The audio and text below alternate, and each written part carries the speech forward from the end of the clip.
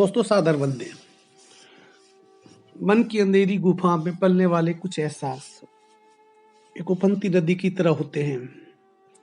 समय समय पर ये उफनती नदी अपने तटबंधों को तोड़ अलग अलग दिशाओं में बहने लगती है।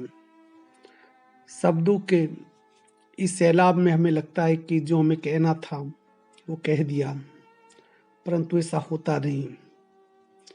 काफी कुछ कहने के बाद भी हमेशा काफी कुछ अनछुआ रह जाता है।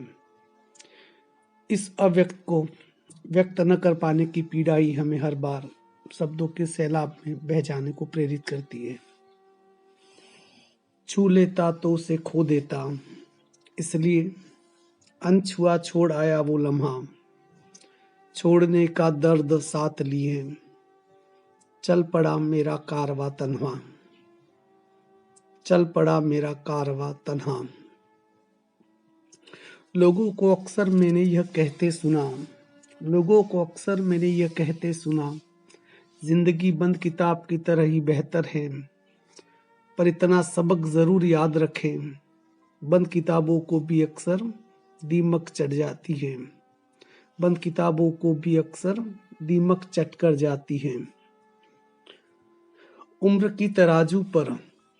की तराजू पर जिंदगी तोलने वालों, दिनों का विस्तार ही महज जिंदगी नहीं है, क्योंकि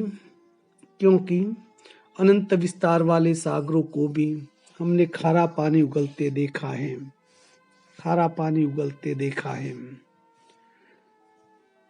दीपक की तरह खुद जलकर दुनिया को रोशन करने का लाख दावा तुम करो।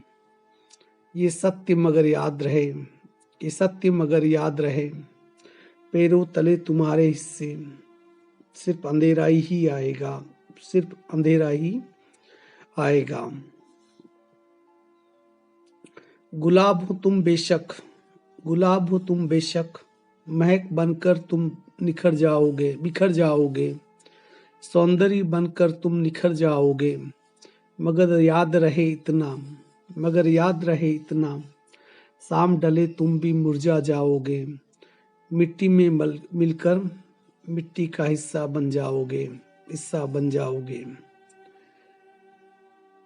बेशक आज सौंदर्य की मूरत हो तुम, सागर की तरह उफनता शबाब हो तुम, झील सी तुम्हारी आंखों में डूबने के लिए ये जमाना भी बेताब है, पर ये भूलना मत कभी, वक्त के खुकार पंजे तुम्हारे चेहरे पर भी निशान लिख जाएंगे।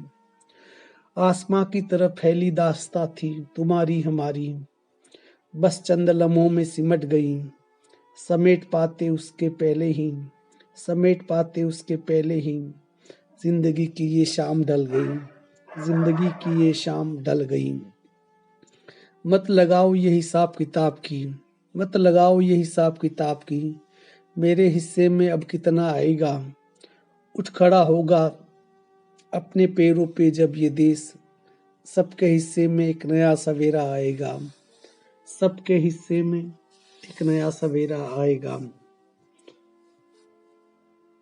उजले कपड़े अब आंखों को चुभने